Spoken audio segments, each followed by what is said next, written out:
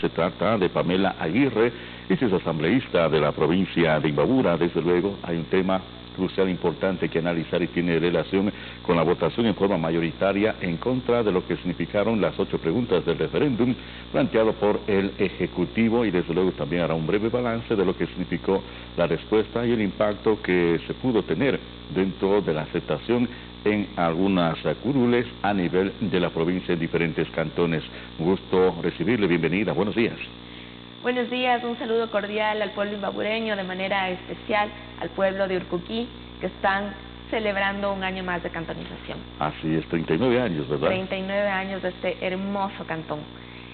Volviendo a la pregunta, es importante recordarle al pueblo imbabureño que el triunfo en las urnas ha sido histórico.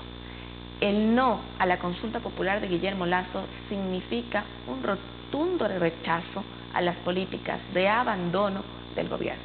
¿El rechazo en sí se evidencia en contra del accionar del gobierno o propiamente al contenido de las 8 preguntas? Considero que es un rechazo al accionar del gobierno. El gobierno nacional propuso esta consulta popular con el objetivo de tener un poco de oxígeno. Como tenía poca aceptación popular, veníamos de una movilización que se dio en junio, el gobierno se ha ido desgastando. Es así que propone esta consulta popular para oxigenarse, como lo han hecho otros gobiernos en otros momentos. Propone preguntas muy atractivas, pero como yo digo, era un caramelo que adentro tenía cianuro. Parecían preguntas atractivas, positivas, sin embargo tenían el único fin de prorrogar a las autoridades de control en la pregunta 5 y 6 y quitarle al Consejo de Participación Ciudadana su facultad de escoger a las autoridades del control. Pensaron que iban a engañar al pueblo hablando de la pregunta 1, que era la pregunta de extradición, la que más la publicitaron, utilizando recursos públicos, gastando más de $200,000 en pauta publicitaria en redes sociales. Utilizando esta pregunta querían que la ciudadanía quede enganchada con la pregunta gancho y que vote todo sí. Pero la respuesta fue contundente, todo no, y todo no a una gestión deplorable del gobierno. Le devolvieron el no. El gobierno no nos dio medicinas, le devolvieron el no. El gobierno no nos dio educación de calidad, le devolvieron el no.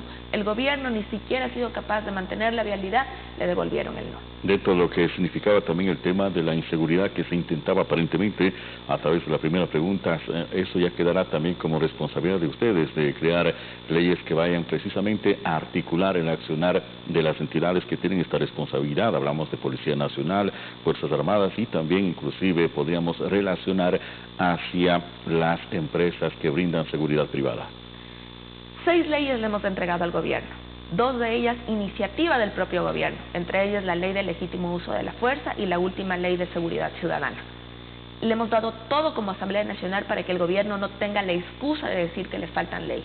Pero recordemos que con las leyes que teníamos antes, éramos el país más seguro, el segundo país más seguro de Latinoamérica. Eso significa que cambió la política pública.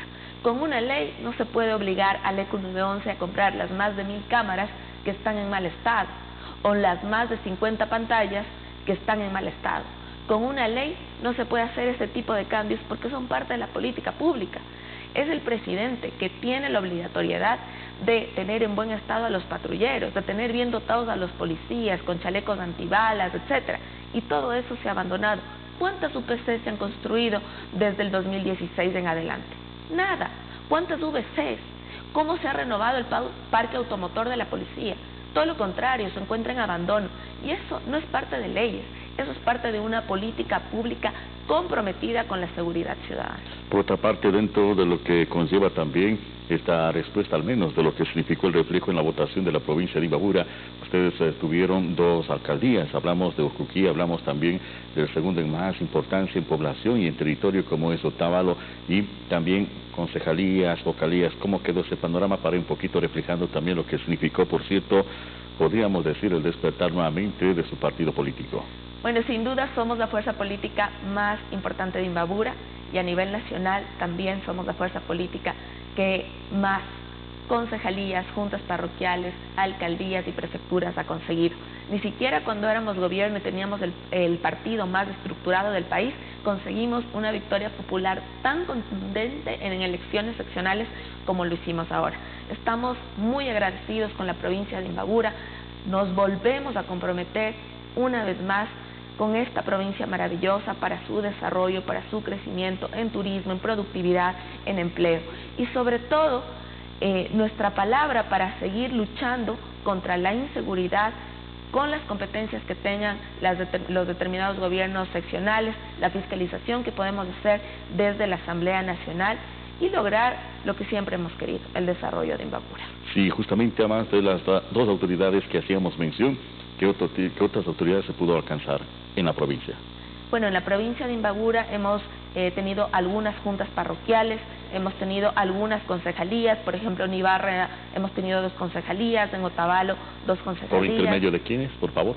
A ver, en Ibarra tenemos el primer concejal, el señor José Chalá, que es nuestro director provincial de la Revolución Ciudadana, y tenemos a nuestro concejal rural, conocido como el joven Ovo Pepino, un joven brillante, maravilloso, de todo lo que es el Valle del Chota. En Otavalo tenemos Liliberta Ayala, la primera concejal urbana, el primer concejal rural, el doctor Alberto Morales. Asimismo en Pimampiro tenemos a Mari Tobar, primera concejal, y así varias autoridades en casi toda la provincia. Eso a nosotros nos llena de un compromiso rotundo en cumplir con nuestra labor de legislar y fiscalizar desde la parte de los consejos cantonales y apoyar a la prefectura para que cumpla su plan de gobierno. Justamente lo que usted manifestaba, ¿no? El triunfo, el éxito en votación en cuanto se refiere a las diferentes parroquias rurales, urbanas, de la misma manera también lo que fueron 2 importantes triunfos en el cantón Ucuquí con Jorge Manrique, en el cantón Otavalo con Anabel Hermosa. En cierta manera se pudo traducir también de que tenga en forma mayoritaria la prefectura, ¿verdad? Por supuesto, nosotros somos un proyecto político y nuestra propuesta fue como proyecto político, recuperar la Imbabura que necesitamos. Imbabura te quiero bien era el eslogan de campaña de nuestro prefecto Richard Calderón y sin duda proponía la productividad, el empleo, becas, capacitaciones y una serie de cosas que son completamente realizables, con una ejecución presupuestaria, traer dinero de organismos internacionales que quieran invertir en la provincia. Recordemos que estamos en zona de frontera por estar dentro de los 40 kilómetros dentro de las zonas de frontera. Es decir, hay mucho por hacer con la provincia y lo haremos con alegría, lo haremos con esas ganas de trabajo que siempre nos ha caracterizado. Si bien ustedes directamente como asambleístas no pueden traer los recursos, pero sí se puede hacer un trabajo de gestión coyuntural con la prefectura en este caso, ¿no? En ese sentido, ¿han conversado ustedes para justamente trabajar en esa línea? Por supuesto, desde que planteamos nuestro plan de trabajo, nos reunimos todos los miembros de nuestro movimiento político aquí en la provincia, el Buró Provincial, para decirle a Imbabura qué necesita. Y nos dimos cuenta que entre las cosas que necesita es empleo, y el empleo se logra con mayor productividad. Necesitamos ver a Imbabura productiva. Hablamos de la necesidad de tener convenios internacionales con diferentes estados, hablar con diferentes embajadas, organismos internacionales, etcétera, que están ávidos de invertir en provincias que quieran un verdadero desarrollo. Somos Imbabura Geoparque Mundial. Ese plan maravilloso no se puede echar a la basura. Nosotros no podemos ser irresponsables y decir, bueno, lo que se hizo antes no sirve. Lo que tenemos que hacer es que lo que se hizo antes y sirve, potenciarlo. Nosotros, la bancada de la Revolución Ciudadana, impulsó y logró la aprobación de la ley del geoparque. Imbabura, el primer geoparque mundial. Tenemos que potenciarlo, trayendo más turismo, más productividad, trayendo más inversión internacional. Eso es parte de los tantos sueños que serán realidad desde la prefectura y los diferentes espacios que hemos obtenido en la provincia de Imbabura. Estamos en las 7:45, no podemos cerrar este diálogo no sin antes consultarle en qué comisiones se encuentra usted y obviamente el trabajo que se viene desempeñando al interior de la Asamblea Nacional. Bueno, la Comisión de los Trabajadores es donde yo soy parte y he defendido los derechos de los trabajadores permanentemente, no solo de la provincia de Imbabura, sino de todo el país. Dentro de mis líneas de combate, de lucha, ha sido la ley de cuidado. Hace pocos días fui la ponente de la ley de cuidado para garantizar un sistema de cuidado, sobre todo apoyando la lactancia materna, el cuidado de niñas, niños, el cuidado de las madres, de las familias. Además, el eje de mi gestión ha sido la fiscalización. Fiscalizar es una obligación cívica en los duros momentos que estamos viviendo. Actualmente participo de la fiscalización del Gran Padrino, el gran escándalo de corrupción que ha golpeado al Ecuador. En su momento fue Pandora Papers. Fuimos portada internacional con un presidente acusado de tener dinero en paraísos fiscales, no por nuestra organización política, sino por una publicación de más de 600 periodistas a nivel mundial, y ahora lo del Gran Padrino. Y así hemos tenido más de 96 procesos de fiscalización, entre ellos la fiscalización a Yachay. Impedimos desde la Asamblea Nacional que se cierre la Universidad de Yachay, así como impediremos que se cierre el CIBB, la escuela, el colegio réplica y todo lo que implica el desarrollo del cantón de Urcuquí. Nuestro compromiso con Urcuquí, porque Yachay, sin duda, ahora no lo vemos, es un proyecto que están haciendo, pero en un futuro será el proyecto más importante del norte del país y del propio Ecuador. Sí, lamentablemente no se pudo salvar a la empresa Simbra, ¿no?, que se encargaba de todo el entorno, seguridad, inclusive mantención de todo lo que es este espacio físico muy extenso, en el sentido cuál es la realidad de que han ustedes encontrado justamente dentro de lo que significa por el momento, cómo se encuentra, cómo está. El cierre de las empresas públicas fue el golpe más nefasto del gobierno de Lenín Moreno al desarrollo del país y también del desarrollo de la provincia de Imbabura. Destruir Yachay por quien lo construyó, porque fue obra de la Revolución Ciudadana, en lugar de potenciar Yachay.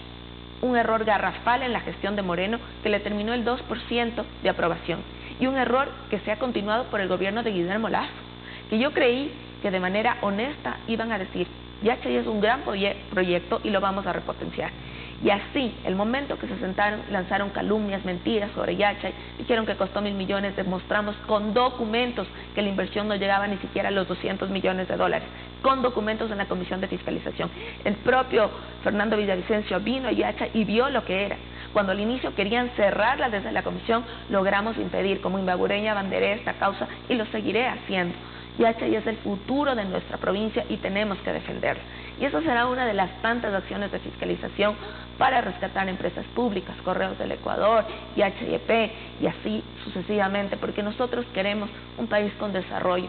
Si es que el Estado queda aislado del desarrollo del país, definitivamente vamos a tener hambre, pobreza, miseria, exclusión, y eso es lo que nosotros no permitiremos.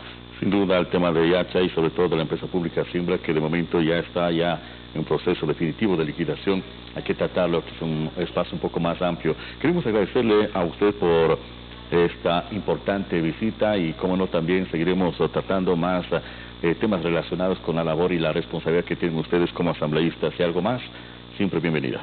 Muchísimas gracias por la invitación. Renovar nuestro compromiso con el pueblo imbabureño, nuestro agradecimiento, ese 8 veces no que parecía un sueño, todo el mundo decía va a ganar el sí, pero nos caminamos la provincia a decirle no a Lasso y ganamos. Solo el pueblo salva al pueblo y organizados lo podemos lograr, así que felicidades a la provincia, felicidades al país y vienen nuevos días para nuestra historia.